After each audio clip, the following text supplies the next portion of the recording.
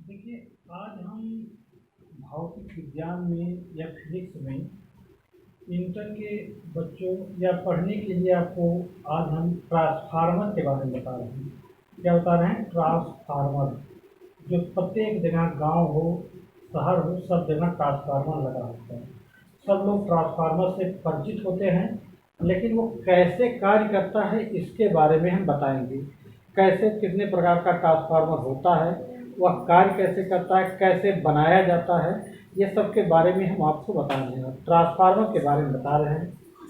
देखिए, ट्रांसफार्मर जो होता है वह जो कार्य करता है, किसके आधार पर वह कार्य करता है। तो ट्रांसफार्मर में होता क्या है, देखिए, उसमें अन्योन्य क्रिया, अन्योन्य प्रेरण के आधार पर वह कार्य करता है। किसके आधार पर कार्य करता है? अन्योन्य प्रेरण के आधार पर। अन्यमय प्रेरण के आधार पर वह काम करता है। तो अन्यमय प्रेरण होता क्या, पहले उसको समझिए। जैसे मान लिया एक कुंडली हम तार ले लिए हैं, या एक कुंडली हम ले लिए हैं, तो पहले अन्योन्य प्रेरण के बारे में बता रहे हैं, तब उसके बाद ट्रांसफार्मर के बारे में बताएंगे। जब अन्योन्य प्रेरण समझ में आ जाएगा तो ट्रांसफार्मर समझने में दिक्कत नहीं। तो देखिए, यह हमने क्या लिया, कुंडली लिया, और कुंडली में यहाँ पर एक प्रतिरोधक लगाया गया, और यहाँ पर क्या जोड़ा गया, बैटरी जोड़ा गया, धारा जिससे प्रवाहित कर रहे हैं, और यहाँ पर लगा दिया हमने कुंजी। क्या लगा दिया? तो कुंजी।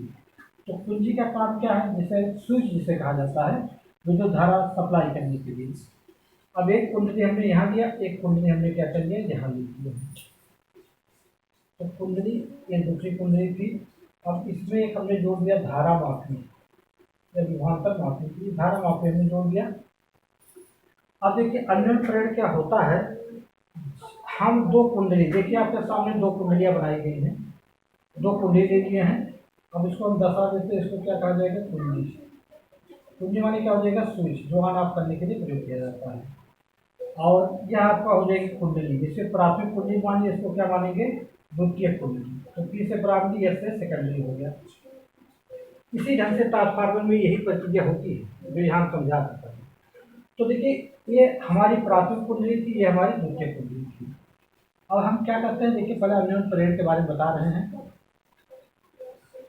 हम दो कुंडली को एक दूसरे के, देखिए, पास पास बनाई गई, अर्थात एक दूसरे के पास पास क्या करते हैं, रखते हैं। तो दो कुंडली को एक दूसरे के पास पास रखते हैं, और उसमें से एक को बैटरी से जोड़ दिया गया। देखिए, यहाँ हमारी बैटरी है, बैटरी से जोड़ दिया गया है, और बैटरी के द्वारा उसमें क्या किया जाता है, विद्युत धारा प्रवाहित की जाती है। तो इस कुंडली में पहले देखिए, इस कुंडली को हमने बैटरी यहाँ बनाया है, बैटरी के द्वारा इसमें कुंडली जब ऑन करेंगे तो इस कुंडली में क्या होगा, विद्युत धारा प्रवाहित होगा। तो विद्युत धारा जब प्रवाहित करते हैं, तो अथवा प्रवाहित होने पर वैद्युत धारा, देखिए, वैद्युत धारा के मान में क्या होता है, परिवर्तन करते हैं। वैद्युत धारा के मान में क्या हो जाता है, परिवर्तन करते हैं। तो परिवर्तन करने का मतलब यह है कि एक बार कुंजी चालू करिए, एक बार कुंजी बंद करिए। तो एक बार विद्युत धारा प्रवाहित होगा, बंद करेंगे, विद्युत धारा बंद, जो धारा प्रवाह बंद हो जाएगा। तो विद्युत धारा से प्रवाहित किया जाता है, एक बार कुंजी चालू, एक बार कुंजी बंद किया जाता है। तो विद्युत धारा, देखिए, अब हम क्या करते हैं, विद्युत धारा जब मान में परिवर्तन करते हैं, तो विद्युत धारा के मान में परिवर्तन तथा धारा एक बार बंद किया जाता है, एक बार धारा जो है चालू की जाती है। तो उसके द्वारा ये देखिए, इसमें क्या होता है, प्रेरित विद्युत वाहक बल जो होता है, इस कुंडली के द्वारा, इस कुंडली में क्या होता है, प्रेरित विद्युत वाहक बल उत्पन्न हो जाता है। अब इसी को हम क्या कहते हैं, अन्योन्य प्रेरण कहा जाता है। अब विद्युत वाहक बल उत्पन्न क्यों हुआ? देखिए, जब इसमें हम इस कुंडली में धारा प्रवाहित किए थे, तो जब धारा प्रवाहित करते हैं तो कहा जाता है, किसी चालक तार में अगर धारा प्रवाहित किया जाए तो उसके चारों ओर क्या बन जाता है, चुंबकीय क्षेत्र बन जाता है। तो अब इसमें क्या हो जाता है, जब हम एक बार कुंजी को चालू करेंगे, एक बार कुंजी को बंद करेंगे, तो इसमें चुंबकीय जब क्षेत्र बनेगा, तो चुंबकीय क्षेत्र बढ़ने के साथ साथ चुंबकीय फ्लक्स भी बन जाएगा, बल रेखाएं बन जाएगी। तो एक बार बंद जब चालू होगा तो चुंबकीय के बल रेखाओं में क्या हो जाएगा, परिवर्तन होगा, या चुंबकीय फ्लक्स में क्या होगा, परिवर्तन होगा। परिवर्तन होने से दूसरी कुंडली में प्रेरण जो है, विद्युत वाहक उत्पन्न हो जाएगा। तो इसी को क्या कहा गया, अन्योन्य प्रेरण कहा जाता है। क्या कहा जाता है, अन्योन्य प्रेरण। एक बार दोबारा सुनिए, देखिए, हम दो कुंडली को एक दूसरे के पास पास क्या करते हैं, लेते हैं।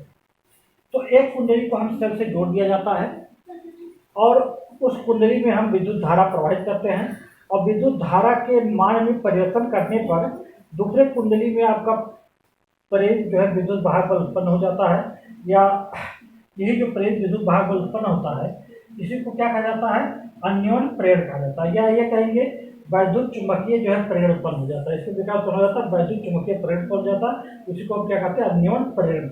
अब ये तो समझने की भाषा है, अब आपको लिखने की भाषा हम समझाने कैसे लिखेंगे आप। देखिए, जब हम दो कुंडली को पास पास रखते हैं तो उनमें से एक को हम बैटरी के द्वारा वैद्युत धारा प्रवाहित करते हैं। दोबारा सुनिएगा, जब दो कुंडली को पास पास रखते हैं और उनमें से एक कुंडली में बैटरी के द्वारा वैद्युत धारा प्रवाहित करते हैं, तो देखिए बैटरी के द्वारा जब वैद्युत धारा प्रवाहित करते हैं तो उसमें प्रवाहित होने वाली जो वैद्युत धारा है उसके मान में क्या करते हैं, परिवर्तन। जो इसमें वैद्युत धारा प्रवाहित होती है इसके मान में क्या करते हैं, परिवर्तन करते हैं, इसके मान में परिवर्तन करते हैं। तो परिवर्तन करते हैं तो देखिए, एक बार देखिए, धारा को बंद करने पर दूसरी कुंडली में क्या होता है, प्रेरित विद्युत वाहक बल उत्पन्न हो जाता है। जब इसमें धारा बंद करते हैं दूसरी कुंडली में क्या उत्पन्न हो जाता है, प्रेरित विद्युत वाहक बल उत्पन्न हो जाता है। और यही जो वैद्युत चुंबकीय प्रेरण होता है इसी को हम क्या करते हैं, अन्योन्य प्रेरण करते हैं। अब आप साधारण भाषा में समझिए, दोबारा हम बता रहे हैं आपको। दो कुंडली को पास पास रखते हैं, एक कुंडली को हम बैटरी से जोड़ देते हैं और उस बैटरी के द्वारा कुंडली में धारा प्रवाहित करते हैं, और जब धारा प्रवाहित करते हैं तो इसके धारा के मान में परिवर्तन जब करते हैं तो दूसरी कुंडली में क्या उत्पन्न हो जाता है, या दूसरी कुंडली में या धारा के मान को जब प्रवाह को देखिए, जब धारा के मान में परिवर्तन करते हैं या अथवा धारा के प्रवाह को हम बंद कर देते हैं, धारा को चाहे परिवर्तन करिए या धारा का प्रवाह क्या कर देते हैं, जब बंद कर देते हैं तो दूसरी कुंडली में क्या उत्पन्न हो जाता है, प्रेरित विद्युत वाहक बल उत्पन्न हो जाता है। और यह जो चुंबकीय ये वैद्युत चुंबकीय प्रेरण उत्पन्न होता है इसी को हम क्या कहते हैं, अन्योन्य प्रेरण कहते हैं। अब साधारण लैंग्वेज में समझिए, तो बार बार बता रहे हैं क्योंकि ये समझना आवश्यक है ट्रांसफार्मर के बारे में। दो कुंडली पास पास ली गई, अब एक कुंडली को बैटरी से जोड़ा गया। अब जिस कुंडली को हम बैटरी से जोड़े उसमें विद्युत धारा प्रवाहित करते हैं, धारा प्रवाहित करने का था तो उसमें धारा के मान में परिवर्तन करते हैं या धारा को बंद करते हैं। तो दूसरी कुंडली चाहे धारा में परिवर्तन करिए या धारा को बंद करिए, प्रवाहित करके तभी बंद करेंगे, तो या तो धारा के मान में परिवर्तन करते हैं या धारा को बंद करते हैं, तो दूसरी कुंडली में प्रेरित विद्युत वाहक बल उत्पन्न हो जाता है। और जो यही वैद्युत चुंबकीय प्रेरण के द्वारा उत्पन्न होता है जिसको हम क्या कहते हैं, अन्योन्य प्रेरण कहा जाता है। अब यह स्पष्ट हो गया कि दो कुंडली को पास पास रखना है, एक कुंडली को बैटरी से जोड़ देना है। अब जिस कुंडली को बैटरी से जोड़े उसमें वैद्युत धारा प्रवाहित करते हैं। अब जब वैद्युत धारा प्रवाहित करते हैं तो वैद्युत धारा के मान में या तो परिवर्तन करिए या धारा प्रवाहित करके धारा को बंद कर दीजिए, तो दूसरे कुंडली में प्रेरित विद्युत वाहक बल उत्पन्न हो जाता है। और यही जो वैद्युत चुंबकीय प्रेरण उत्पन्न होता है इसी को हम क्या कहते हैं, अन्योन्य प्रेरण कहा जाता है। क्या कहा जाता है, अन्योन्य प्रेरण कहा जाता है। तो इसी ढंग से ट्रांसफार्मर में जो होता है ऐसे सेम प्रक्रिया होती है, उसमें भी दो कुंडली होती है। नर्म लोहे के ऊपर दोनों कुंडली को लपेटा जाता है, एक कुंडली में विद्युत धारा प्राथमिक प्रवाहित की जाती है, दूसरे कुंडली में वहाँ भी अन्योन्य प्रेरण के द्वारा वैद्युत वाहक बल उत्पन्न होता है। तो इसी सिद्धांत पे कार्य करता है ट्रांसफार्मर, किससे, अन्योन्य प्रेरण के सिद्धांत से। जो कि अन्योन्य प्रेरण हमने बार बार बता दिया कि दो कुंडली को आपको पास रखना है, एक कुंडली को हम बैटरी से जोड़ देंगे, उस पर धारा प्रवाहित करेंगे, या तो धारा में परिवर्तन करते हैं या तो धारा प्रवाहित करके कुंडली को बंद कर देते हैं, तो दूसरे कुंडली प्रेरित विद्युत वाहक बल उत्पन्न हो जाता है। और यही जो आपका वैद्युत चुंबकीय प्रेरण के द्वारा उत्पन्न होता है इसी को हम अन्योन्य प्रेरण कहते हैं। इसी को क्या कहते हैं, अन्योन्य प्रेरण कहते हैं। अब आपको क्लियर हो गया होगा यह अन्योन्य प्रेरण क्या है। अब आप ट्रांसफार्मर के बारे में समझेंगे तो समझ में आसानी से आपको आ जाएगा कि ट्रांसफार्मर कैसे कार्य करता है, ट्रांसफार्मर के प्रकार होते हैं। अब देखिए, हम बता रहे हैं आपको ट्रांसफार्मर कै प्रकार का होता है, दो प्रकार। ट्रांसफार्मर कै प्रकार का होता है, दो प्रकार का होता है। ट्रांसफार्मर कै प्रकार के होते हैं, दो प्रकार के। तो देखिए, एक कार्य करने के सिद्धांत हमने बताया कि ट्रांसफार्मर अन्योन्य प्रेरण के सिद्धांत पर कार्य करता है, या कार्य करने वाला एक क्या होता है, साधन होता है। किसके सिद्धांत पर कार्य करता है, अन्योन्य प्रेरण के सिद्धांत पर कार्य करने वाला एक साधन क्या है, ट्रांसफार्मर होता है। ट्रांसफार्मर कै प्रकार का होता है, ट्रांसफार्मर हमारा दो प्रकार का होता है। अब देखिए ट्रांसफार्मर कैसे कार्य करता है इसको बता रहे हैं। जो प्रतिवर्ती धारा के विभवांतर में परिवर्तन करता है, किसमें परिवर्तन करता है? जो देखिए ट्रांसफार्मर जो कार्य करता है तो न्यूटन प्रमेय के सिद्धांत पर आपका कार्य करता है। अब वो कार्य क्या करता है उसको बता रहे। जो प्रत्यावर्ती धारा, देखिए प्रत्यावर्ती धारा ऐसी धारा होती है जिसका मान जो है आपका जो चलता है एक साइकिल में चलता है, एक चक्र में चलती है प्रत्यावर्ती धारा। तो प्रत्यावर्ती धारा के विभव में परिवर्तन करता है। किसमें परिवर्तन करता है? प्रत्यावर्ती धारा के विभव में आपका यह परिवर्तन करता है। ट्रांसफार्मर क्या करता है? प्रत्यावर्ती धारा के विभव में परिवर्तन करने का काम करता है। विभव में परिवर्तन, प्रत्यावर्ती धारा के विभव में परिवर्तन करता है। प्रत्यावर्ती धारा के विभव में क्या करता है? परिवर्तित करता है। प्रत्यावर्ती धारा के विभव में क्या करता है? परिवर्तित करता है। यह करने का काम करता है। अब देखिए ट्रांसफार्मर अन्योन्य प्रेरण के सिद्धांत पर कार्य करता है और जो कार्य क्या करता है? जो प्रत्यावर्ती धारा के विभव को परिवर्तित करने का काम करता है। किसको परिवर्तित करता है? जो प्रत्यावर्ती की धारा दो होती है, एक प्रत्यावर्ती धारा होती है, एक दृष्ट धारा होती है। जो बैटरी से हमको धारा प्राप्त होती है वह दृष्ट धारा होती है, और जो ये सप्लाई वाली लाइट आती है वो प्रत्यावर्ती धारा होती है जो परिवर्तित होती रहती है। एक सब यहाँ पर ये प्रत्यावर्ती धारा इधर से चलती है, एक आपका इधर से चलती है। तो प्रत्यावर्ती धारा का चलने का एक साइकिल में चलता है, इस तरह से चलता है। तो ट्रांसफार्मर जो प्रयोग किया जाता है प्रत्यावर्ती धारा के लिए ही ट्रांसफार्मर का प्रयोग किया जाता है। दृष्ट धारा के लिए ट्रांसफार्मर का प्रयोग नहीं किया जाता। इस बात को ध्यान रखिएगा कि ट्रांसफार्मर का प्रयोग प्रत्यावर्ती धारा के लिए ही प्रयोग किया जाता है, दृष्ट धारा के लिए ट्रांसफार्मर का प्रयोग नहीं किया जाता है। तो हमने बताया ट्रांसफार्मर अन्योन्य प्रेरण के सिद्धांत पर आधारित होता है। यह जो करता क्या है? जो प्रत्यावर्ती धारा के विभवांतर को परिवर्तित करने का कार्य करता है। किसको परिवर्तित करता है? प्रत्यावर्ती जो धारा होती है उसके विभवांतर को परिवर्तित करता है। किसको परिवर्तित करता है? प्रत्यावर्ती धारा के विभवांतर को परिवर्तित करने का कार्य करता है। और यह विकल्प पूछा जाता है कि ट्रांसफार्मर किसको परिवर्तित करता है? तो जो प्रत्यावर्ती धारा आपको प्राप्त होती है उसके विभवांतर को क्या करता है? परिवर्तित करने का कार्य करता है। किसको परिवर्तित करता है? विभवांतर को परिवर्तित करने का कार्य करता है। अब आपको हम देखिए ट्रांसफार्मर किसके सिद्धांत पर कार्य करता है? अन्योन्य प्रेरण के सिद्धांत के आधार पर। वो क्या करता है? प्रत्यावर्ती धारा के विभवांतर को परिवर्तित करता है। अब आप समझिए ट्रांसफार्मर को हमने बताया दो प्रकार के होते हैं। तो अब दोनों ट्रांसफार्मर की बनावट कैसे होती है, कैसे यह क्या कार्य करता है, इसके बारे में बताएंगे।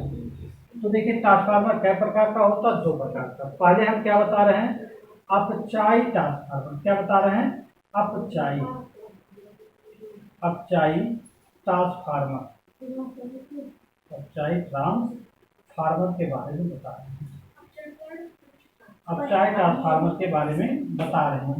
अब देखिए अपचायी ट्रांसफार्मर को स्टेप डाउन भी कहा जाता है। क्या कहते हैं?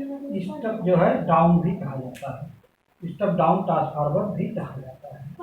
तो ये स्टेप डाउन ट्रांसफार्मर इसका नाम होता है अंग्रेजी में, और हिंदी में कहेंगे अपचायी ट्रांसफार्मर। अब देखिए अपचायी ट्रांसफार्मर होता क्या है, इसमें हम इसकी पहले संरचना बना रहे हैं आपको। देखिए क्या होता है, क्या किया जाता है। इसको एक देखिए कुंडली होती है। तो ये आपकी जो कुंडली बनाई जा रही है ये हमारी क्या होती है? प्राथमिक कुंडली होती है। और इसमें बीच में नर्म लोहे का क्या होती है? पट्टी लगी होती है। नर्म लोहे की पट्टी लगी होती है, और ये हमारी क्या होती है? द्वितीय कुंडली होती है। अब आप इसमें कुछ परिवर्तन देख रहे होंगे कि प्राथमिक कुंडली में कुंडलियों की संख्या अधिक है और द्वितीय में कुंडलियों की संख्या कम है। इससे पी से प्राथमिक या से सेकेंडरी क्या हो जाएगा? द्वितीय हो जाएगा। ये नर्म लोहे का क्रोड होता है। क्या होता है? नर्म लोहे का पट्टी होती है, क्रोड होता है। अब देखिए ये हम किसकी संरचना बनाए? अपचायी ट्रांसफार्मर। अपचायी ट्रांसफार्मर की संरचना बनाए। अपचायी ट्रांसफार्मर की संरचना ये बनाए हुए हैं। तो देखिए इसमें क्या होता है? नर्म लोहे की, ये जो बताया गया ये नर्म लोहे की पट्टी होती है, और और एक दूसरे के ऊपर रखी जाती हैं, रखकर बनाया जाता है। और इसका आकार ऐसा बनाया जाता है, या तो आयताकार बनाइए या तो गोलाकार बनाइए। जैसे उसमें कुछ धाराएं, भौत धाराएं होती है, उसको आगे हम बताएंगे। तो जब आयताकार या गोलाकार बनाते हैं तो भौत धाराएं उत्पन्न होने की संभावना कम होती है। तो देखिए अब इसमें क्या किया जाता है, ये जो हमारा बनाया गया है कुंडली, ये तांबे की तार होती है। कैसी तार होती है? तांबे की तार होती है। तो जो प्राथमिक कुंडली बनाई जाती है, तांबे की तार जो होता पतला लिया जाता है। तांबे का तार हम क्या लेते हैं इसको, यह तार हमारा पतला होता है। प्राथमिक कुंडली का तांबे का तार क्या होता है? पतला होता है। यह तार हमारा क्या होता है? पतला होता है। ये पतले तार लिए जाते हैं। और ये हमारा जो तार होता है क्या होते हैं? मोटे तार होते हैं। ये तांबे का क्या होता है? मोटा तार होता है। ये कुंडली तांबे की दूसरी जो होती है, द्वितीय कुंडली, ये तांबे का मोटा तार होता है। तो देखिए अब इसमें जो प्राथमिक कुंडली हम बनाते हैं पतले तार पर, और इसमें देखिए आपको दिखाई पड़ा फेरों की संख्या क्या अधिक है। ये जो कुंडली बनाई गई इसके फेरों की संख्या क्या होती है? अधिक होती है। इसमें फेरों की संख्या क्या होती है? फेरों की संख्या अधिक होती है। फेरों की संख्या अधिक होती है। और ये आपका तार मोटा होता है, लेकिन इसमें फेरों की संख्या क्या होती है? कम होती है। फेरों की संख्या जो होती है, संख्या क्या होती है? कम होती है। और इसमें फेरों की संख्या क्या होती है? अधिक होती है। प्राथमिक के बाद अधिक, द्वितीय में कम होती है। तो देखिए ये नरम लोहे की पट्टी होती है, और ये जो दोनों कुंडली बनाई गई इसी पट्टी पर लिपटी होती है। तो ये एक जो, जैसे हम ये बना दे आकार बने, जैसे ये आयताकार हमने नरम लोहे की पट्टी बना दिया था, तो इस पर मान लिया प्राथमिक कुंडली हमारी लिपटी हुई है। क्या लिपटी हुई है? प्राथमिक कुंडली लिपटी हुई। और इस पर क्या लिपटी हुई? द्वितीय कुंडली लिपटी हुई है। इस पर द्वितीय कुंडली लिपटी हुई है। तो अब ये जो प्राथमिक कुंडली होती है पतले तार का कॉपर का लिया जाता है या तांबा का, और फेरों की संख्या इसमें अधिक होती है। और द्वितीय कुंडली जो मोटा तार होता है इसमें फेरों की संख्या क्या होती है? कम होती है। अब देखिए क्या करते हैं, इसका कार्य क्या है। जो ऊंचाई ट्रांसफार्मर होता है इसका कार्य क्या होता है, अब कार्य के बारे में हम आपको बता रहे हैं कि इसकी संरचना बता रहे हैं। देखिए कार्य क्या करता है, यह ऊंचे विभव, ऊंचे विभव मतलब विभव का मान क्या होना चाहिए? ऊंचा। ऊंचे विभव वाली, ऊंचे विभव वाली,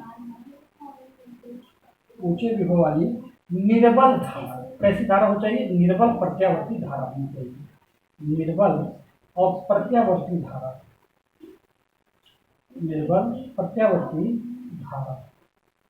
निर्बल प्रत्यावर्ती धारा को क्या करता है? निर्बल प्रत्यावर्ती धारा को, या जो है निम्न विभव, कौन सा विभव? नीचे विभव, या निम्न विभव कहेंगे या नीचे विभव, नीचे विभव, नीचे विभव, या देखिए नीचे विभव वाले को उच्च मतलब या प्रबल वैद्युत धारा देता है। प्रबल वैद्युत धारा, ये हमारा कौन सा कार्य करता है? देखिए एक बार दोबारा रिवाइज कर रहे हैं। एक नरम लोहे की क्या होता है? पट्टी होती है, इसे हम क्या कहते हैं? क्रोड कहते हैं। अब उस पर आपका दो कुंडली लगाई जाती है, प्राथमिक कुंडली होती है, द्वितीय कुंडली होती है। तो अगर ऊंचाई ट्रांसफर है तो प्राथमिक कुंडली का आपका पतले तार के और फेरों की संख्या अधिक होती है, और द्वितीय कुंडली मोटे तार की फेरों की संख्या क्या होती है? कम होती है। तब ट्रांसफार्मर जैसा बनाया जाएगा तो ऊंचाई ट्रांसफार्मर की तरह कार्य करेगा, या स्टेप आपका डाउन ट्रांसफार्मर की तरह कार्य करेगा। तो यह कार्य क्या करता है? देखिए ऊंचे विभव वाली निर्बल प्रत्यावर्ती धारा को, ऊंचे विभव वाली निर्बल प्रत्यावर्ती धारा को नीचे विभव वाले प्रबल प्रत्यावर्ती धारा में बदल देता है। तो ऊंचे विभव वाला अगर निर्बल प्रत्यावर्ती धारा है तो उसको कम करके नीचे विभव वाले प्रबल वैद्युत धारा में क्या करता है? परिवर्तित कर देता है। वो ट्रांसफार्मर को हम क्या कहेंगे? ऊंचाई ट्रांसफार्मर कहा जाता है। अब दूसरे ट्रांसफार्मर के बारे में हम बता रहे हैं। अब दूसरे ट्रांसफार्मर के बारे में हम बता रहे हैं आपको।